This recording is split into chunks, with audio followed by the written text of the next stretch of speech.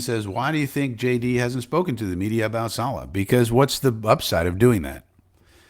So we'll get to Saleh here shortly. In fact, right next, I think that's the next news item. So this is a good lead in for the Saleh news item. So that's it about Hassan Reddick. Let's see if we can do the next news item here. News item Saleh firing. So Saleh got fired, and I think the key thing about Saleh getting fired, the key thing to remember. So a lot of things get said, and only some things are important, and some things are not important. But the things that stick out in my mind was when Woody Johnson said in the offseason that when he was talking about the struggles of the team in the previous year, this offseason, he said that Joe Douglas and Robert Saleh saw him be as mad as he's ever been about the team and the fact that they were not performing. Remember that? He said, I was as mad as I've ever been, and they saw it. And so basically he was dressing them down and yelling at them. What is going on with this frickin' team? And why don't we, have a backup quarterback and all this? Because obviously those guys were just blaming it all on Zach Wilson. Well, Zach Wilson. So I think what happened was Saleh and Douglas talked Woody out of firing Saleh, at least in the offseason. That's what I think you can safely say, because you also have to remember that at one point somebody asked him, like, what are you going to do different this year than last year to make sure the things that happened last year don't happen again? And he went into, as he often did, a big soliloquy about, all of the controlling the controllables, and what he was talking about was the media and the fact that he was texting Joe Beningo and all this crazy stuff that he was trying to do to keep things going in a positive direction. And I think he realized, well, that's pretty dumb. You can't worry about that sort of stuff. You have to worry about what's going on the football field, which is what he basically said, which is probably what he also said to Woody. Look, don't worry. This year, we're going to get Rodgers back for one. Number two, we'll have a real backup quarterback. Tyrod was signed. And number three, we're going to not worry about the Joe Beningos of the world. Not going to send texts to this one and that one. We're going to keep our minds focused on football. Give us a shot. Let us show you it'll be different this year. And I think Woody said, okay, but you got a short leash. I think this was planned out. And I think probably Saleh knew it, and probably Joe Douglas knew it. Like, if you don't get off to a good start for whatever the reason, and I don't want to hear any more excuses, Woody was probably saying, then we're getting rid of you, Robert. And they're probably like, all right, well, let's see what happens. And of course, Zerline misses a field goal. Rodgers misses Wilson late in that game against the Vikings, and we're 2-3 instead of 4-1, and out goes Saleh. And I think overall, though, it was just too many excuses. Like Saleh, they asked, so what are you going to do different, blocking-wise to help make sure Rodgers doesn't get killed back there? Oh, we're not going to do much of anything. We're going to do the same but better, basically what he said. We'll do the same but better. I don't think that was cutting it with Woody. So, you could say, okay, well, this is owner meddling. We don't like the owner meddling. But at the same time, I think this is the owner of the business, if we think about it like a business, who gave his CEO, we said we want Saleh to be a CEO rather than a defensive specialist, offensive specialist. We want him to be the CEO of the team. Well, if the CEO is not performing, you got to change him out. That's just the way it is. And I think in the NFL, the KPIs, the key performance indicators, are wins and losses. And, it's a rough business because, if Zerline makes a kick and Rodgers makes a throw, it's a totally different story. But then again, you could say, the ifs and buts and all that. I mean, if you could look at the wins we had and say, well, if the Titans did this and Levis didn't go all Will Levis, we don't win that game. So you can't get too far into the ifs and buts and all that.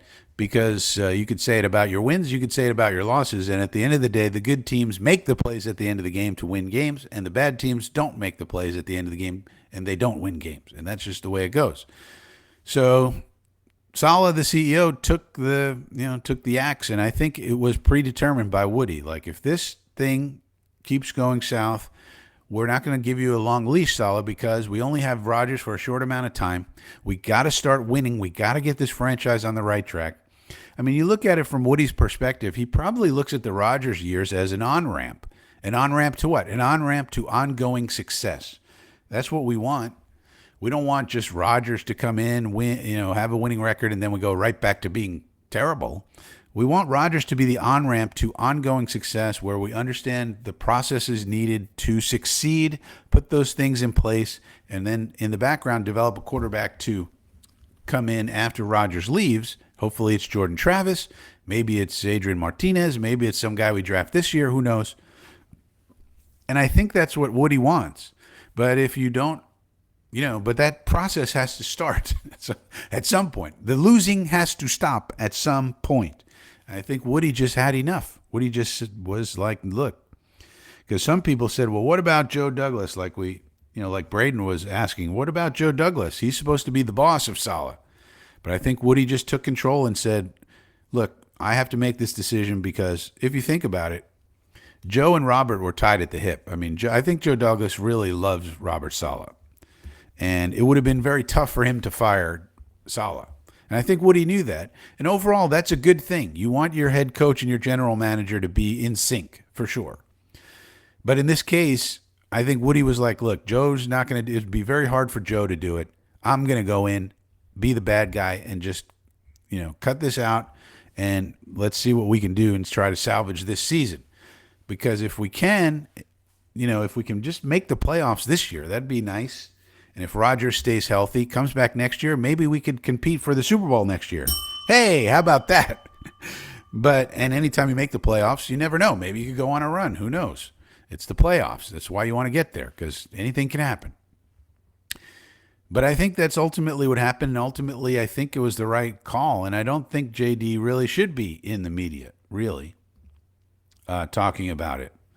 Woody said it was his call, and I think it was his call, but I also think it was predetermined, and Joe knew it was going to happen, and it just would have been really tough for Joe to do it, and for Joe, and also for Joe to talk about it. What's the upside to Joe talking about it? Like, Braden, what would be the upside? Question is, why do you think JD hasn't? What's the upside to speaking to the media? Remember, the media is not your friend. I think one of the lessons that Saleh learned while he was here, the media can't be charmed. No matter how charming you are, and Saleh's a charming guy. If you and I met Robert Saleh in a bar or anywhere else, we would say, this is our best buddy. We love this guy. He's awesome. Because he's a charming, wonderful guy. He is. But the media is the uncharmables. They cannot be charmed under any circumstance because they have a job to do. And their job is not to make you look good. It's to create as much drama as possible to get as much eyeballs on their product, whether it's their Twitter account or their website or videos or whatever it is.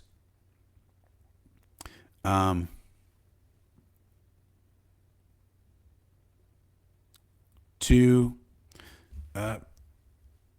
get those ratings, to get the clicks. And that's it. That's what their job is. Their job is not to make you look good. So here's the latest news from Josina Anderson about Adams. Steelers making an aggressive offer. Ravens certifiably interested. Jets researching, talking it over. Bills, days ago I was told nothing's changed, so I've yet to add them to the timeline. Saints, I've indicated still weren't agreeing on the draft pick, need that first. Raiders, source emphasized he's still under contract. So that's the latest from Josina Anderson.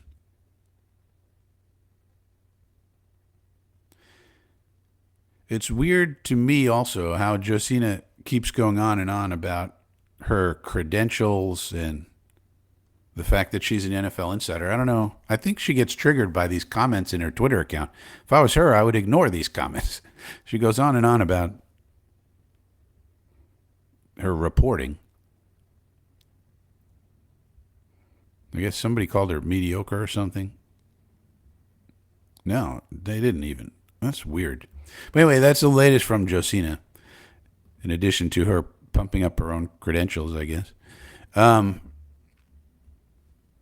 So we'll have to see what happens there.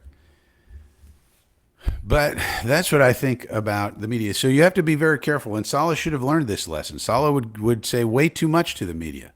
They are not your friends. They will use anything you say can and will be used against you in the court of public opinion. May not be today, may not be tomorrow. You may say something you think is perfectly fine today. 3 months from now, they'll bring it back when something else happens and say, you said this happened, but actually we found out this. Da, da, da, da. Anything you say to the media can and will be used against you in the court of public opinion. So I think the only times you see JD in the media is when he's required to do media by the NFL. And that's appropriate. He's a general manager. We don't want him coming out and saying things, really, that he doesn't have to. He should just say what he needs to say, come to the media whenever he absolutely has to, and otherwise he needs to operate in secrecy. So the less information out there from Douglas, the better, whether it's leaks or whether it's actual coming out to the media. He doesn't need to come to the media and tell us anything, in my opinion. I want my general manager to work in stealth and come up with great trades and moves and like that. What is your damn problem? Hit the subscribe button, home slice. What are you waiting for? Click it. Click it. For the love of everything that is holy, click the goddamn subscribe button already. It's time, and that time is now. Thank you.